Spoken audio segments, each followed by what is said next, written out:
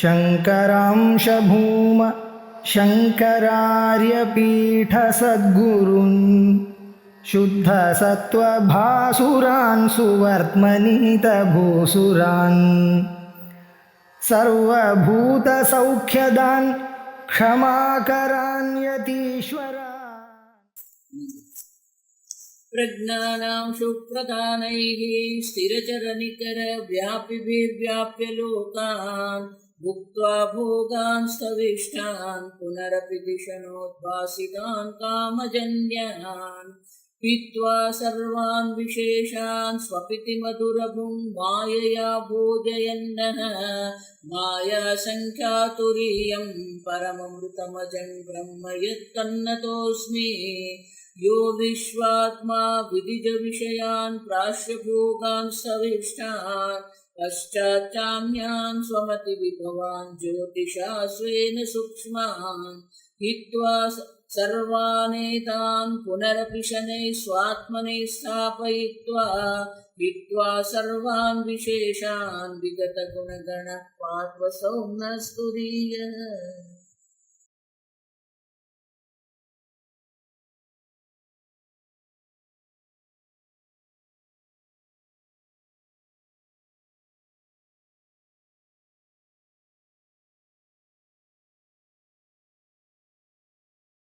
जागृत अवस्थायामेव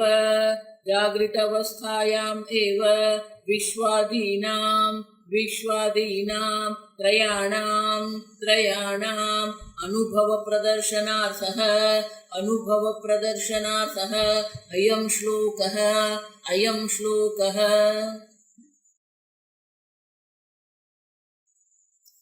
अब ये दूसरी कारिका गौड़पादाचार्य जी किस कारण से, उनका हेतु क्या है?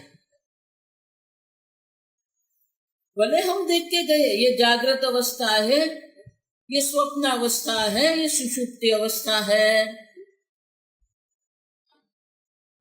तीनों अवस्था में जो आपका नाम पड़ गया है विश्व तेजस प्राज्ञ, तो शंकराचार्य जी कहते हैं ये तीनों जो है जागृत अवस्थायाम एव, जागृत अवस्था में ही आप समझो विश्वादीनाम त्रयाणाम, विश्व तेजस प्राज्ञ तीनों का अनुभव प्रदर्शन करने के लिए ये श्लोक है।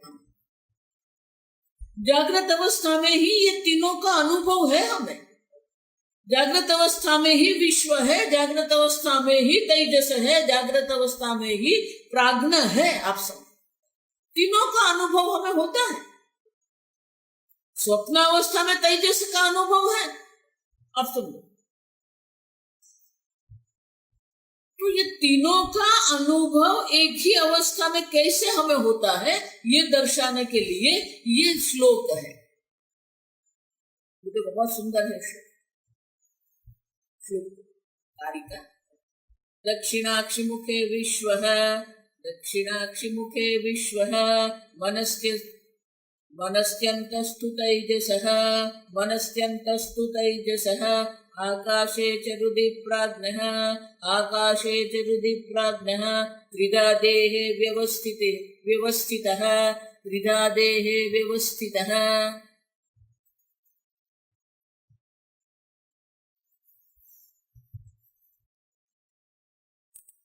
तीनों के स्थान व्यवस्थित है। तो बोले कैसे उपलब्ध होते हैं तीन? दक्षिणाक्षि मुखे विश्व है, हमारे दाई आंख में जो है, अब दक्षिण नेत्र माने कि हमारी दाई आंख में हमें विश्व का अनुभव है और उपलब्ध है। वहां मनसी अंतस्तु मन के अंदर हमें तेजस का अनुभव है। हृदय आकाशे प्राज्ञ है, आपके हृदयाकाश में ये प्राज्ञ की उपलब्धि है। त्रिधा देहे व्यवस्थित है, त्रिधा तीन प्रकार से आप देखो देह में ही तीन प्रकार से ये व्यवस्थित उपलब्ध है। आप देखो बिल्कुल व्यवस्थित होता है, आप समझिए।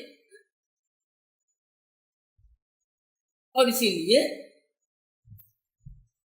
तीनों का अनुभव यहां ही है, ये कोई कल्पना नहीं है, आप समझो। कोई कल्पना आपको नहीं करनी है, ये आपका अनुभव है। जागृत अवस्था में ही आप विश्व का अनुभव करते हैं। मैं विश्व हूं, मैं तेजस हूं, मैं प्राज्ञ हूं। आप बोले ये कैसे होता है? शंकराचार्य जी भाष्य में हमें समझाते हैं।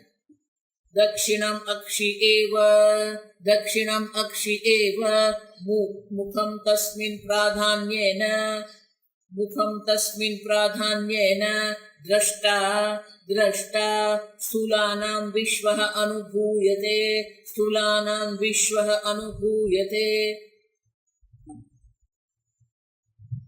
दक्षिणम अक्षि एव मुखम, दक्षिण आंख जो है, दक्षिण चक्षु जो है, ये आई आपकी जो दाई आंख जो है, तस्मिन् प्राधान्येन द्रष्टा स्थूलानां विश्वः,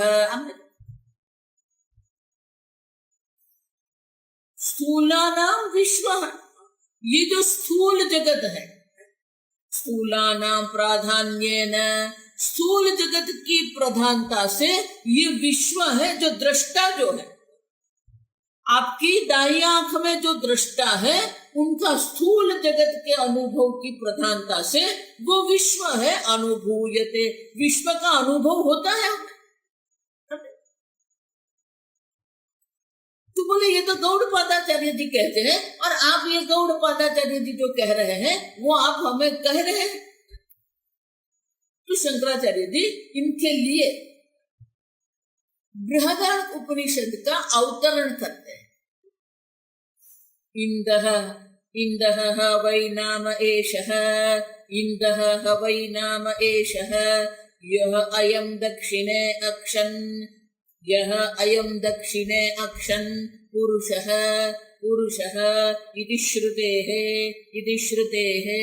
इंदः इंदः दीप्तिगुणः वैश्वानरः, दीप्तिगुणः वैश्वानरः, आदित्य अंतर्गतः, आदित्य अंतर्गतः, वैराजः आत्मा, वैराजः आत्मा, चक्षुषी च दृक्चक्षुषी च द्रष्टा एकः, द्रष्टा एकः। बृहदारण्यक उपनिषद में कहते हैं इंदः ह वै,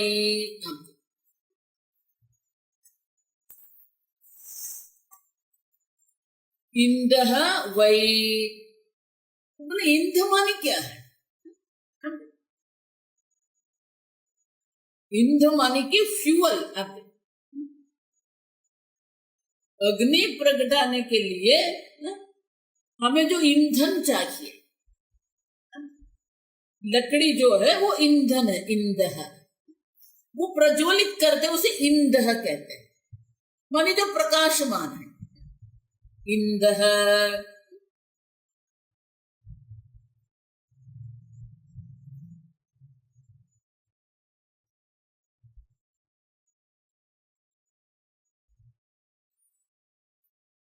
वै नाम एषः अयं दक्षिण अक्षन् पुरुषः। इंदः, ये इंध नाम का आपका भी एक और नाम पड़, हवै, हवै माने निश्चित, निश्चय पूर्वक हमें दर्शाते हैं कि ये दक्षिण आंख में, माने कि दाई आंख में ये इंध नाम का पुरुष है। और इंद माने क्या है? जो स्वप्रकाश है। और इसीलिए शंकराचार्य स्वयं दर्शाते हैं इंदः दीप्ति गुणः वैश्वानरः। इंद माने दीप्ति गुणः, चैतन्य स्वरूप पुरुषः। पुरुष, पुरुषयनात् पुरुषः, जो एक ये जो देह रूपी नगरी जो है, वो नगरी पुरी में जो उपलब्ध है, पूर्णत्वात् पुरुष है। भले वो एक देह में उपलब्ध है, लेकिन स्वरूप से वो कौन है? पूर्णत्वात् पुरुष है, पूर्ण है। आप देखो, पुरुष शब्द की तीन व्याख्या है। पहली क्या है? पूरी शयनात् पुरुष है, जो इस स्थूल शरीर में उपलब्ध है उसे पुरुष कहते हैं। पूर्णत्वात् पुरुष, जो पूर्ण है, किसी भी प्रकार की देशतः कालतः वस्तुतः परिचिन्नता जहां नहीं। तीसरी व्याख्या क्या है? पूरयति सर्वानिति पुरुष है, जो सर्व को पूर्ण बनाता है, जो सर्व को सत्ता स्फूर्ति प्रदान करता है। पूरयति सर्वान। ये पुष्प जब हम कहते हैं तो पुष्प को पूरयति, पूर्ण कौन करता है? पुष्प को सत्ता कौन प्रदान करता है? पुष्प को प्रकाशित कौन करता है? पुरुष है। पुष्प है, पुरुष के कारण है। जगत जगत है, पुरुष के कारण है। पूरयति सर्वान, सर्व को जो पूर्ण करता है, भर देता है। पूरयति माने कि सबको भर देने वाला, सत्ता स्फूर्ति के द्वारा सबको वो भर देता है।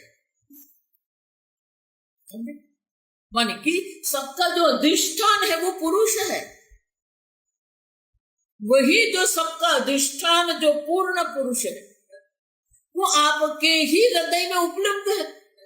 और इसलिए कहते पूरी शयनात् पुरुष है, बाहर कहीं ढूंढना ही नहीं है आपको।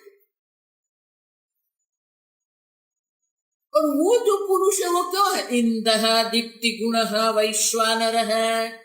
वो जो पुरुष जो है वो इंद है, दीप्ति गुण है, माने कि स्वतः सिद्ध स्वप्रकाश स्वरूप है।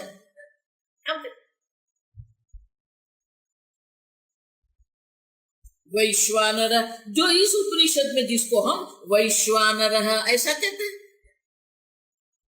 जो विश्व है वैश्वानर है।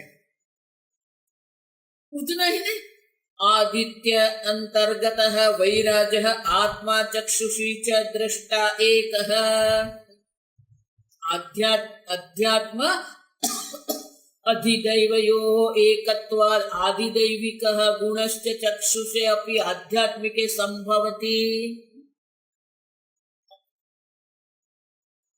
आनंद गिरी महाराज कहते हैं कि आध्यात्मिक जो ये वैश्वानर जो है, जो दक्षिण अक्ष में, दक्षिण चक्षु में जो उपलब्ध हो रहा है, दृष्टा के रूप में जो उपलब्ध हो रहा है, वही जो पुरुष है आदित्य अंतर्गत है वैराज है। वैराज माने विराट। यहां आपके हृदय में जो पुरुष उपलब्ध हो रहा है वही पुरुष आदित्य में भी है। आदित्य माने विराट परमात्मा।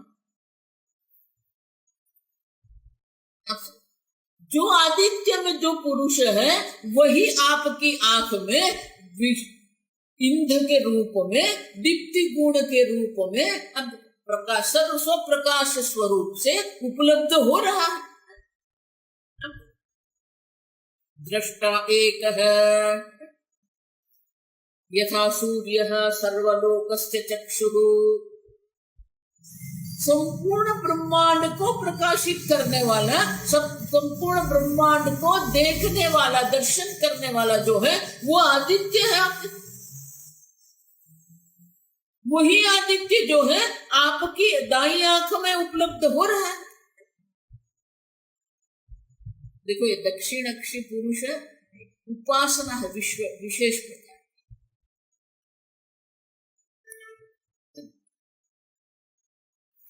तो बोले ये आपने कैसे कह दिया दोनों एक है? और इसीलिए ये एक प्रश्न उठा, ननु ननु अन्यः हिरण्यगर्भः क्षेत्रज्ञः अन्यः हिरण्यगर्भः क्षेत्रज्ञः दक्षिणे अक्षी दक्षिणे अक्षी दक्षिणे दक्षिणे अक्षिणी अक्षिणी अक्षिणोः अक्षिणोः नियन्ता द्रष्टा च अन्यः देहस्वामी देहस्वामी। ये प्रश्न उठा। अब तो आप कह रहे हो कि जो आदित्य के अंतर्गत जो विराट वैराज परमात्मा जो है वही हमारे दक्षिण अक्षी में उपलब्ध हो रहे हैं। तो आप एक ऐसा कैसे कह सकते हो? क्यों? हिरण्यगर्भः सूक्ष्म प्रपंच अभिमानी सूर्य मंडल अंतर्गतः सूक्ष्म समष्टि देहः लिंगात्मा। तो बोले कि आप जिसको आदित्य अंतर्गत जो कह रहे हैं वो आदित्य अंतर्गत से वो तो क्या है? हिरण्यगर्भ है। वो हिरण्यगर्भ है। आनंदगिरी महाराज कहते हैं सूक्ष्म प्रपंच अभिमानी सूर्य मंडल अंतर्गत। सूर्य मंडल के अंतर्गत जो है वो समष्टि सूक्ष्म शरीर अभिमानी है और समष्टि सूक्ष्म अभिमानी जो है सूक्ष्म समष्टि देह है लिंगात्मा। जो सूक्ष्म समष्टि देह जो है वो लिंगात्मा है। इस सूक्ष्म शरीर को हम लिंग कहते हैं। लिंग माने चिन्ह। किसी वस्तु का सानिध्य, किसी वस्तु की जो हाजिरी जो है वो अन्य किसी के चिन्ह से हमें समझ में आती है, उसको लिंग कहते हैं। धूमः, अब देखो पर्वतः वह्निमान। अब देखो तो पर्वत पर आग लगी है धूमत्वात्। अब देखो धूमः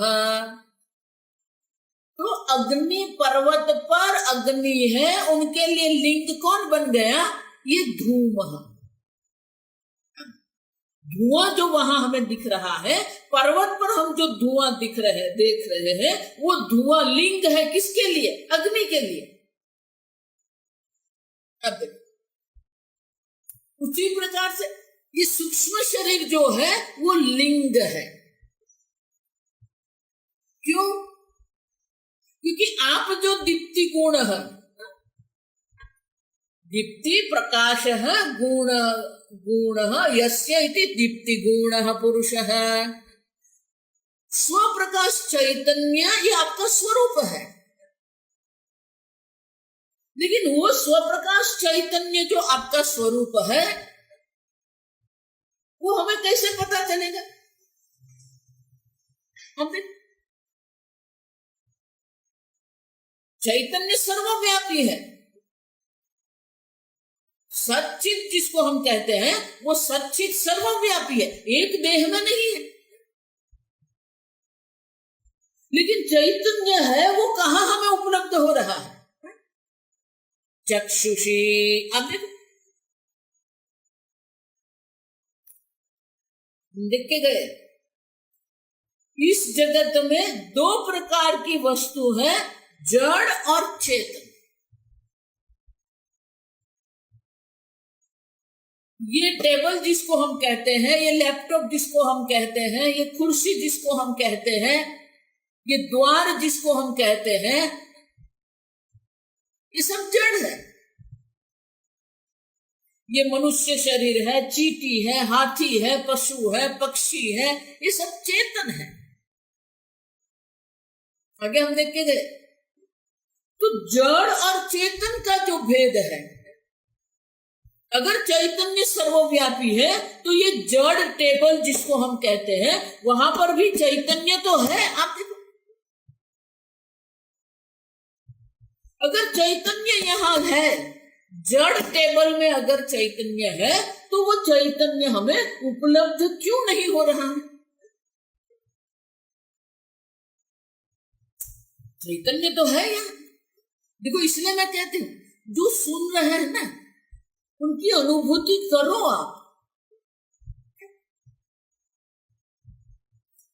हम देखते गए कि यहाँ जो कुछ है वो चैतन्य मात्र है। आप जिसको ये फ्लोरिंग कहते हैं वो जड़ है, लेकिन वो भी चैतन्य है। आप देखो सर्वत्र चैतन्य है, चैतन्य सर्व है, सत भी सर्वत्र है, अस्तित्व सत सर्वत्र है, चित्त भी सर्वत्र है, सत का अनुभव हो रहा है। घट है अस्थि, वो अस्तित्व जो है वो घट है। आप जो सत है वही सत घट के रूप में उपलब्ध हो रहा है। पट है अस्थि, वही सत पट के रूप में उपलब्ध हो रहा है। अच्छा, तो सत तो हम अनुभव कर रहे हैं, सत अस्तित्व, लेकिन चित्त जो है उनका अनुभव हम नहीं करते, जड़ता का अनुभव कर रहे हैं।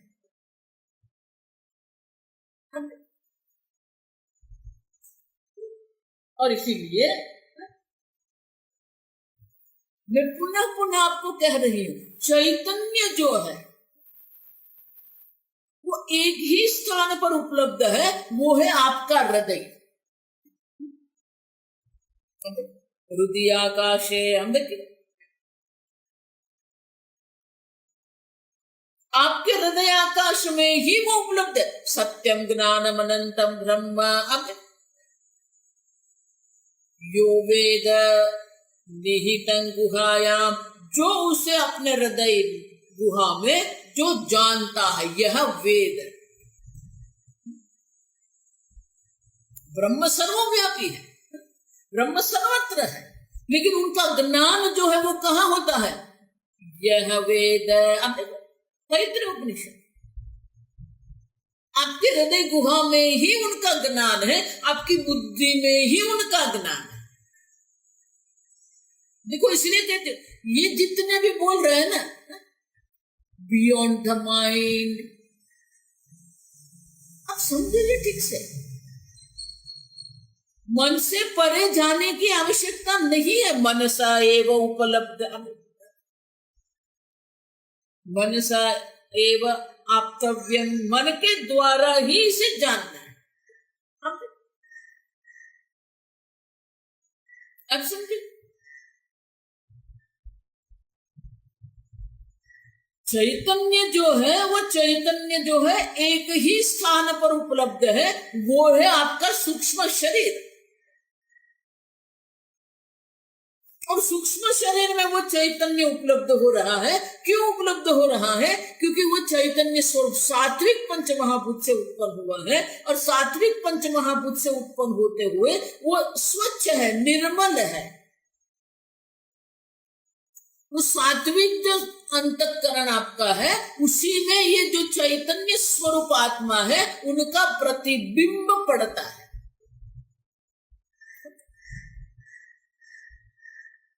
सूर्य का प्रकाश सर्वव्यापी है।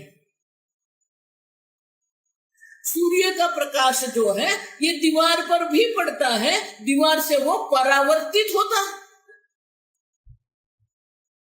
लेकिन जो दर्पण होता है वो दर्पण में सूर्य का प्रकाश परावर्तित भी होता है और सूर्य स्वयं प्रतिबिंबित होता है। तो जो भिन्नता दीवार और दर्पण में है, दीवार परावर्तित मात्र करती है और दर्पण जो है वो परावर्तित भी करता है और प्रतिबिंबित भी करता है। प्रकाश का जो मूल है, प्रकाश का जो स्रोत है, उसे दर्पण प्रतिबिंबित करता है। क्योंकि दर्पण क्या है? स्वच्छ है। उसी प्रकार आपका जो अंतःकरण जो है वो सात्विक अंतःकरण है। देखो इसीलिए इस जो हम साधना जिसको कहते हैं, विविध प्रकार की साधना जो है, वो सर्व साधना जो है, उनका प्रयोजन एक ही है। आपके हृदय में जो रजोगुण तमोगुण की जो प्रधानता हो गई है, उनकी निवृत्ति करनी है। आपके मन को आपको सात्विक बनाना नहीं है, वो सात्विक ही है। अंतःकरण को सात्विक नहीं बनाना है, क्योंकि सात्विक पंच महाभूत से ही अंतःकरण बना हुआ है। देखो ये सब गड़बड़ करते हैं, आप समझो, ये प्रत्येक स्थान पर सब गड़बड़ कर रहे हैं। मन को सात्विक बना, मन को सात्विक नहीं बनाना है। मन सात्विक पंच महाभूत से ही उत्पन्न हुआ है। अब समझो, लेकिन उसमें क्या हो गया, रजोगुण और तमोगुण की प्रधानता हो गई है। अब रजोगुण की निवृत्ति करनी है, तमोगुण की निवृत्ति करनी है, वो सात्विक है। देखो, इसलिए हम बिल्कुल अयोग्य मार्ग पर जा रहे हैं। रज्जु सर्प जब हम कहते हैं, तो सर्प की सही में निवृत्ति हमें नहीं करनी, क्योंकि सर्प प्रतीति काल में भी सर्प नहीं है वहां।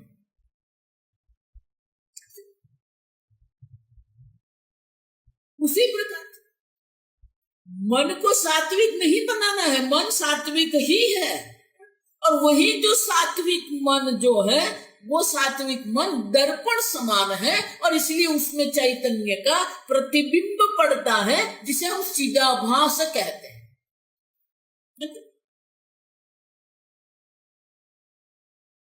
तो जो चैतन्य जो है, वो एक ही स्थान पर उपलब्ध है, जो आपका अंतःकरण है।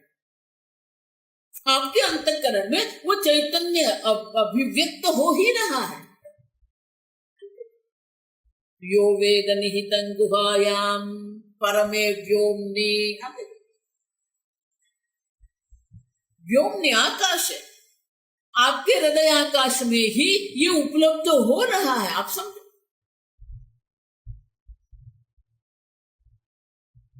लेकिन क्यों हो रहा है? क्योंकि आपका चैतन्य जो, आपका जो अंतःकरण है, वो सात्विक है। इनका अर्थ क्या हुआ?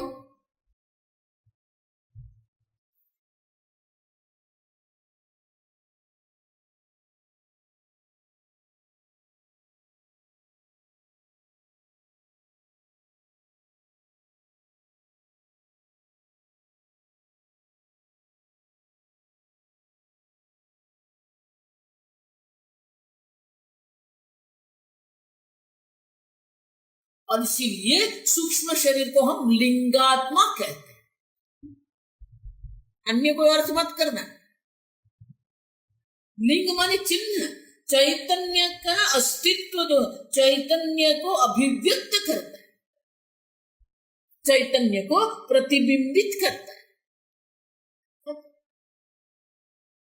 बृहदारण्यक में ज्योति ब्राह्मण में विस्तृत है ये।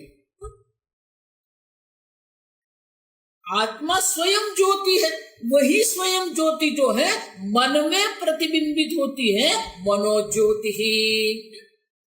मन में जो प्रतिबिंबित चैतन्य है, वो ज्ञानेन्द्रिय में प्रतिबिंबित होती है, इंद्रिय ज्योति ही। और इसीलिए यहाँ आनंदगिरी महाराज कहते हैं कि ये जो हिरण्यगर्भ सूक्ष्म शरीर अभिमानी, लिंगात्मा सूक्ष्म समष्टि देह, लिंगात्मा समष्टि सूक्ष्म देह जो है, वो लिंगात्मा है। आप देखो, लेकिन वही जो है, आप समझो ठीक से, अभी सूक्ष्म गोलक अनुगत इंद्रिय अनुग्राहक संसारिणः। आप जो दर्शन क्रिया कर रहे हैं, वो दर्शन क्रिया कैसे होती है? चक्षुषी चक्षुर्गोलक अनुगत इंद्रिय अनुग्राहक है। चक्षु गोलक में जो चक्षुरेंद्रिय है, उनका अनुग्राहक जो वो ये लिंगात्मा, समष्टि सूक्ष्म देह लिंगात्मा जो है वही यहाँ अनुग्राहक है। सीधे शब्द में कहते हैं ना। अब ये जगत तीन प्रकार से है। बाह्य जो विषय जिसके हम दर्शन करते हैं वो आधि भौतिक है। ये चक्षु इंद्रिय जो है वो आध्यात्मिक है। ये स्थूल देह है वो भी आधि भौतिक है, आप समझ लें। लेकिन चक्षुरेंद्रिय जो है बाह्य जगत के दर्शन जो कर रही है, जो चक्षुरेंद्रिय किसके कारण कर रही है?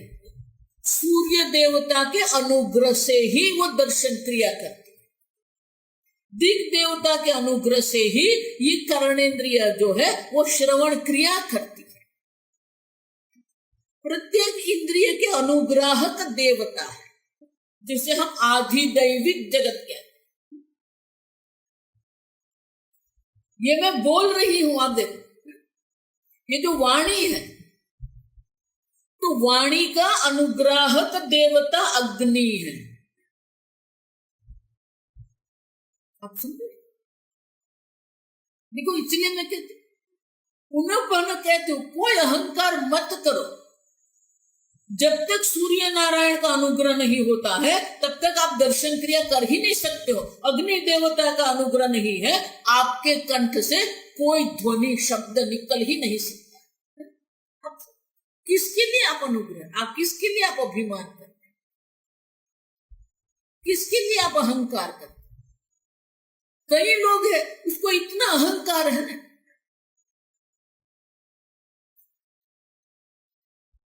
क्यों इतना अहंकार हम लेके चलते हैं? ये आधिदैविक जगत के अनुग्रह से ही सब हो रहा है। और इसलिए कहते हैं वो जो आधिदैविक जो सूर्य समष्टि सूक्ष्म देह में जो आदित्य है, आदित्य अंतर्गत है, वैराज है, वो जो लिंगात्मा है, उनके अनुग्रह से ही हम दर्शन क्रिया कर रहे हैं। अब और इसलिए आनंद गिरी महाराज हमें समझाते हैं, समष्टि सूक्ष्म देह लिंगात्मा चक्षु गोलक अनुगत इंद्रिय अनुग्राहक है। हमारे चक्षु गोलोक जो है, ये जो स्थूल स्थान जो है, उसमें जो इंद्रिय अंतर्गत इंद्रिय, उसमें जो चक्षुरेंद्रिय जो है, उनको अनुग्रह करने वाला जो है वो लिंगात्मा है। विराडात्मा स्थूल प्रपंच अभिमानी सूर्य मंडलात्मक समष्टि देहश्च। ये आपका स्थूल देह है। विराडात्मा स्थूल प्रपंच अभिमान, ये विश्व है। स्थूल एक स्थूल देह अभिमानी विश्व है, समष्टि स्थूल अभिमानी जो है विराडात्मा। अब जिस प्रकार से ये सूक्ष्म शरीर को रहने के लिए ये स्थूल शरीर की आवश्यकता है। अब भोगायतन, ये आयतन है, काउंटर है, जहां पर ये सूक्ष्म शरीर रहता है। और सूक्ष्म शरीर क्या है? भोग साधनम। तो जिस प्रकार से ये सूक्ष्म शरीर को रहने के लिए ये स्थूल शरीर है, ये स्थूल शरीर की विशेषता ये है कि इसमें सूक्ष्म शरीर रह सकता है। और ये स्थूल शरीर में सूक्ष्म शरीर होने से ये स्थूल शरीर हमें चेतन दिखता है। ये टेबल जिसको हम कहते हैं, कुर्सी जिसको हम कहते हैं, दीवार जिसको हम कहते हैं, वो स्थूल है, लेकिन उसमें सूक्ष्म देह रह नहीं सकता और इसलिए वो जड़ है। जहां सूक्ष्म देह रह सकता है वो चेतन है, जहां सूक्ष्म शरीर नहीं है वो जड़ है। जड़ और चेतन, आप देखो, चैतन्य सर्वव्यापी है, लेकिन चैतन्य सूक्ष्म देह में प्रतिबिंबित होता है और वो सूक्ष्म देह ये स्थूल शरीर में रहता है, और इसीलिए अब सूक्ष्म देह जो है वो लिंगात्मा है, चैतन्य के लिए लिंगात्मा है, लिंग शरीर उसको कहते हैं। तो जिस प्रकार से यहाँ ये स्थूल शरीर है जिसमें ये सूक्ष्म शरीर रह सकता है, उसी प्रकार से जो हिरण्य गर्भ जिसको हम कहते हैं, जो समष्टि सूक्ष्म देह जो है, उनके लिए भी क्या है, समष्टि स्थूल देह अभिमानी विराडात्मा सूर्य मंडलात्मक, वो सूर्य मंडल स्वरूप है। समष्टि देह चक्षु गोलक द्वय अनुग्राहक ततः अर्थांतरम एव।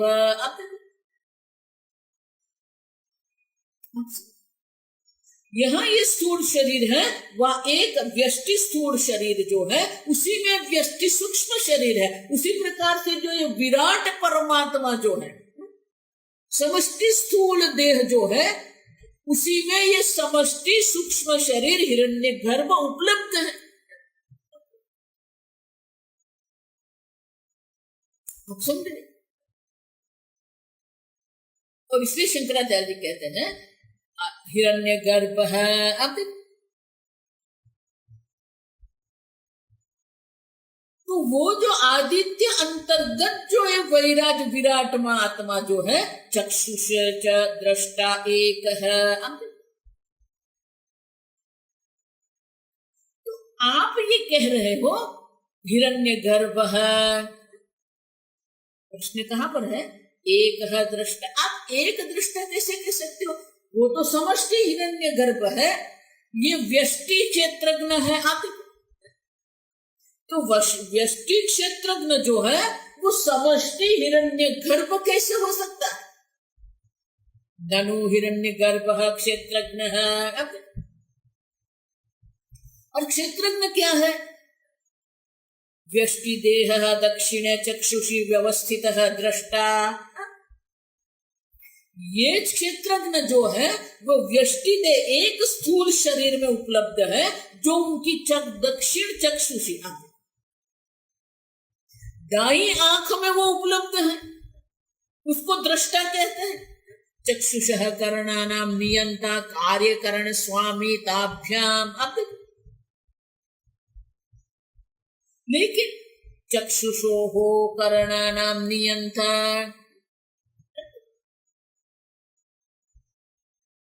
तो ये दोनों जो है आप समझो,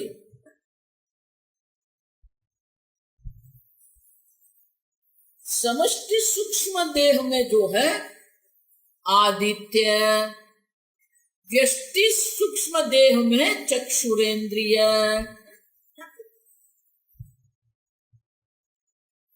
करणानाम नियंता। जो हिरण्य गर्भ है वो ये चक्षुरेंद्रिय का नियंता है, सर्व प्रकार के करण का नियंता, कार्यकरण स्वामी ताभ्याम। चक्षुषो हो द्विवचन है, करण कार्यकरण स्वामी ताभ्याम समष्टि देहाभ्याम अन्यः अभ्युपगम्यते। तो कहते हैं कि ये जो हिरण्य गर्भ आप जिसको कहते हैं, और ये दक्षिण चक्षु में जो पुरुष जो है, वो दोनों क्या है, अलग है। आप समझो, दोनों भिन्न है। एक क्षेत्रज्ञ है, दूसरा जो है वो हिरण्य गर्भ है। दृष्टा च अन्यः देह स्वामी। हिरण्य गर्भ में जो हिरण्य गर्भ जो समष्टि सूक्ष्म शरीर में हिरण्य गर्भ है, और एक शरीर में जो देह स्वामी क्षेत्रज्ञ जिसको हम कहते हैं कार्यकरण स्वामी, वो अन्य है। एक समष्टि सूक्ष्म शरीर अभिमानी है, एक व्यष्टि सूक्ष्म शरीर अभिमानी दृष्टा है, वो तो दो अलग है। आप दोनों को एक कैसे कह सकते हैं? क्योंकि पूर्व पक्षी को भी समझना पड़ेगा। और इसलिए शंकराचार्य जी कहते हैं न स्वतः स्वतः भेद अनभ्युपगमात् शंकराचार्य जी कहते हैं नहीं, स्वतः भेद अनभ्युपगमात्। शंकराचार्य जी कहते हैं ये कहना ठीक नहीं है। क्यों? स्वतः स्वरूपतः अगर आप देखेंगे तो किसी भी प्रकार का भेद हम स्वीकार नहीं कर सकते। अभ्युपगमात् माने स्वीकार करना, तर्कबद्ध रूप से हम जिसको स्वीकार करते हैं उसे अभ्युपगम। अनभ्युपगमात् माने वो स्वीकार्य नहीं। भेद अनभ्युपगमात्, भेद आप जो कह रहे हैं हिरण्यगर्भ और दृष्टा का भेद जो आप कर रहे हैं वो तर्क से स्वीकार्य नहीं है। क्यों? स्वतः। अब देखो, तदेवं व्यष्टि समष्टि व्यष्टित्वेन व्यवस्थित जीव भेद अनुक्तम एकत्वम युक्तम इत्यर्थः। अब देखो, आप जो भेद कर रहे हो वो भेद किसका है? समष्टि सूक्ष्म शरीर, व्यष्टि सूक्ष्म शरीर, वो तो उपाधि का भेद हो गया ना। जो भेद आप स्वीकार कर रहे हैं वो उपाधि का भेद है। स्वतः स्वरूप से अगर देखते हैं तो वो भी चैतन्य स्वरूप हिरण्यगर्भ है। ये दृष्टा जो क्षेत्रज्ञ है वो भी क्या है? चैतन्य स्वरूप।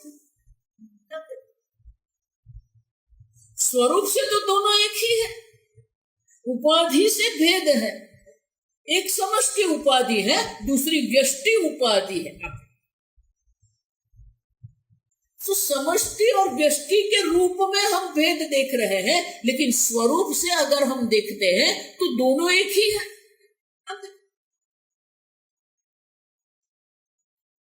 जीव और ईश्वर जब हम कहते हैं तो जीव और ईश्वर जिसको कहेंगे तो भेद की उपाधि के भेद की दृष्टि से, स्वरूप से तो दोनों चैतन्य स्वरूप है। आप देखिए,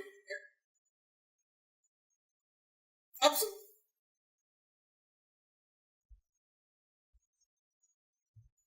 काल्पनिकः जीव भेदः वास्तवः वा इति।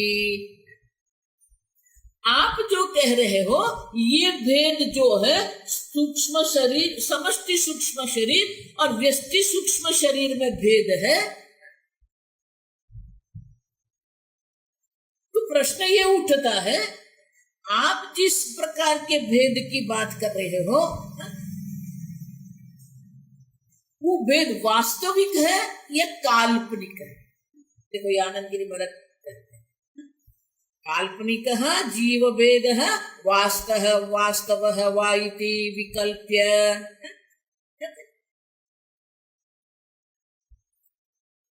आद्यम अंगीकृत्य द्वितीयं दूषयति।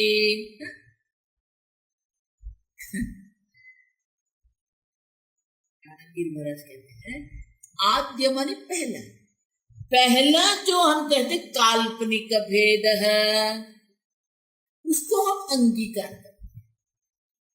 वास्तविक भेद का हम क्या करते हैं? दूषयति द्वितीयम न।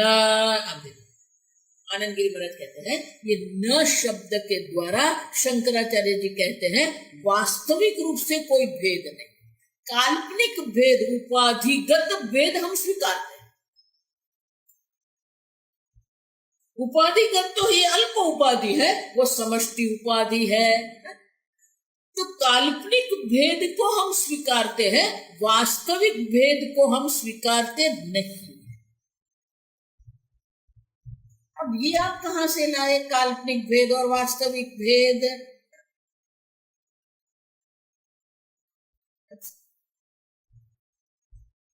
तो कहते हैं शंकराचार्य जी स्वयं ये श्रुति माता का अवतरण करके हमें दर्शाते हैं कि जो भेद है वो काल्पनिक है, जो ऐक्य है, दृष्टा एक है, वो वास्तविक।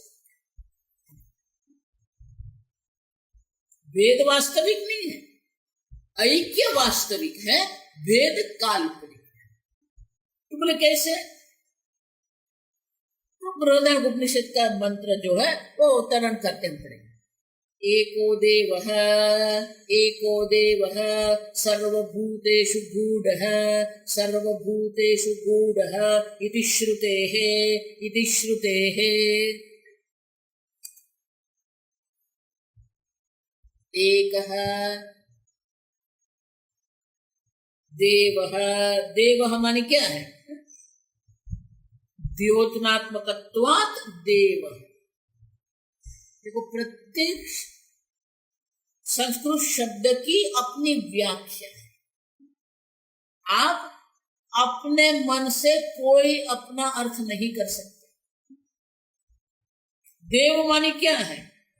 जो स्वतः सिद्ध स्वप्रकाश चैतन्य। यहां देव मान इंद्र देवता, अग्नि देवता, सूर्य देवता नहीं है। एको ही परः देवः। परः माने जो अपरिच्छिन्न, मर्यादित नहीं है। इंद्र देवता कहते हैं तो इंद्र उपाधि से मर्यादित है वो। यहां कोई मर्यादा नहीं। एकः परः देवः। आप देखो, सर्वेषु भूतेषु समष्टित्वेन व्यष्टित्वेन। एक ही देव है, एक ही स्वतः सिद्ध स्वप्रकाश चैतन्य स्वरूप आत्मा। द्योतनात्मकत्वात् माने वो स्वप्रकाश चैतन्य। समझ में आ रहा है? इंदः दीप्ति गुणः।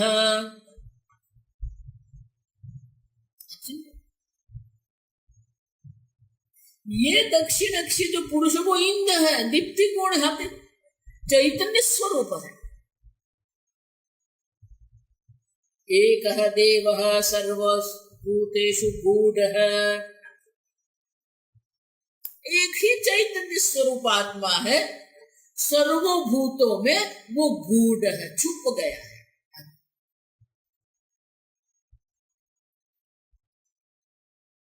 इति श्रुतेः। श्रुति माता ये कहती है, समष्टित्वेन व्यष्टित्वेन च समावृतः तिष्ठति इति श्रवणात् वस्तुतः वेदः नास्ति इति उक्तम्। उपाधि की दृष्टि से समष्टित्व है, समष्टि है, व्यष्टि है। स्वरूप की दृष्टि से देखते हैं, एकः, एक ही। और वो कौन है? देवः। देव हमारी चैतन्य स्वरूप। इतना भी आप अगर आप समझ लेंगे ना, आप चैतन्य स्वरूप आत्मा है, तो आप कभी भी स्थूल देह नहीं हो सकते, आप कभी भी सूक्ष्म देह नहीं हो सकते। मैं देह नहीं हूं, मैं सूक्ष्म देह, स्थूल सूक्ष्म देह नहीं हूं। मैं चैतन्य स्वरूप दृष्टा हूं, ये सबको प्रकाशित करने में। ये आपकी स्वतंत्रता है। सबको सत्ता स्फूर्ति प्रदान करने वाले आप हैं। फिर ये पराधीन बन के क्यों बैठ जाते? जो पराधीनता है वो उपाधि की पराधीनता है। एकः देवः सर्वभूतेषु गूढः। श्रुति माता में ये कहा गया है, एक ही चैतन्य है जो सर्वभूतों में उपलब्ध हो। शंकराचार्य जी कहते हैं, सिर्फ श्रुति में नहीं,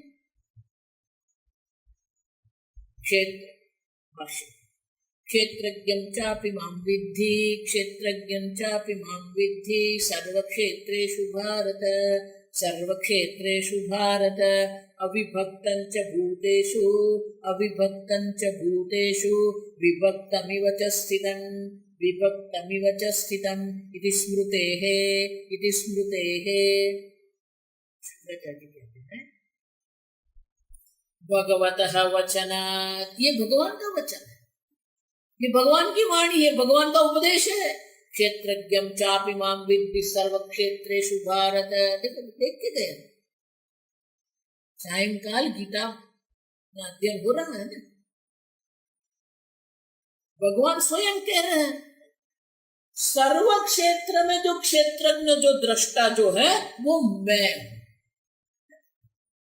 तो समष्टि ईश्वर और व्यष्टि क्षेत्रज्ञ एक ही है, भगवान ही दर्शा रहे हैं।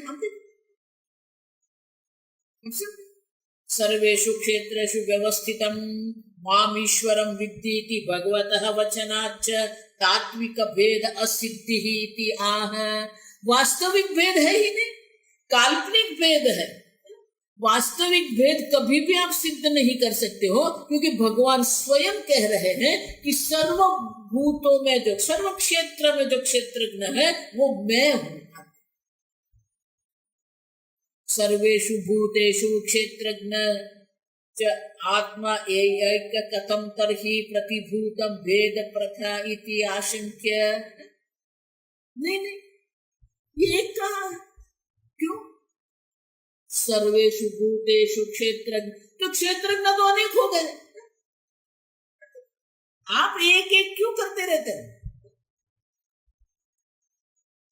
ये मनुष्य शरीर में क्षेत्रज्ञ है, वो चींटी के शरीर में क्षेत्रज्ञ है, वो वृक्ष के शरीर में क्षेत्रज्ञ है, वो इंद्र के शरीर में क्षेत्रज्ञ है। तो ये क्षेत्रज्ञ तो अनेक हो गए, आप एक एक क्यों करते रहते हो? एक एक का रटन क्यों करते हो?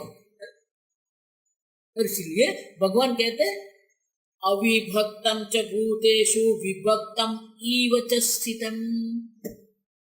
इव माने दिखता है, विभक्तम दिखता है, अनेक क्षेत्रज्ञ दिख रहे हैं आपको, जो विभाजन आपको दिख रहे हैं। ये क्षेत्रज्ञ, ये क्षेत्रज्ञ, ये क्षेत्रज्ञ, वो जो क्षेत्रज्ञ जो आपको विभाजित, विभक्तम इव स्थित, विभक्त हुआ जैसा दिखता है। क्यों? अविभक्तम च, ईश्वर तो एक अद्वितीय ही है, लेकिन क्षेत्रज्ञ में भी अनेकता नहीं, अविभक्तम। आप देखो, किसी भी प्रकार से क्षेत्रज्ञ को भी हम विभाजित नहीं कर सकते। आप समझो ये ठीक से, अविभक्तम च भूतेषु विभक्तम इव च स्थितम इति स्मृतेः। वही ईश्वर जो है क्षेत्रज्ञ के रूप में विभक्त हुआ दिख रहा है। और इसीलिए जो भेद है वो भेद उपाधि के कारण है, वास्तविक भेद नहीं है, काल्पनिक भेद है। और इसलिए शंकराचार्य कहते हैं स्वतः भेद अनभ्युपगमात्, स्वरूप से तो कोई भेद हम स्वीकार कर सकते ही नहीं है, क्योंकि चैतन्य जो है वो एक अद्वितीय चैतन्य। और इसीलिए आगे शंकराचार्य जी समझाते हैं कि अनेकता जो हमें दिख रही है वो किसके कारण दिख रही है, आगे के भाष्य में बढ़ाएंगे। कल देखिए। ओम असतो मा सद्गमय तमसो मा ज्योतिर्गमय मृत्योर्मा अमृतंगमय। ओम पूर्णमदः पूर्णमिदं पूर्णात् पूर्णमुदच्यते पूर्णस्य पूर्णमादाय पूर्णमेवावशिष्यते। ओम शांति शांति शांति। हरि ओम। श्री गुरुभ्यो नमः। हरि ओम।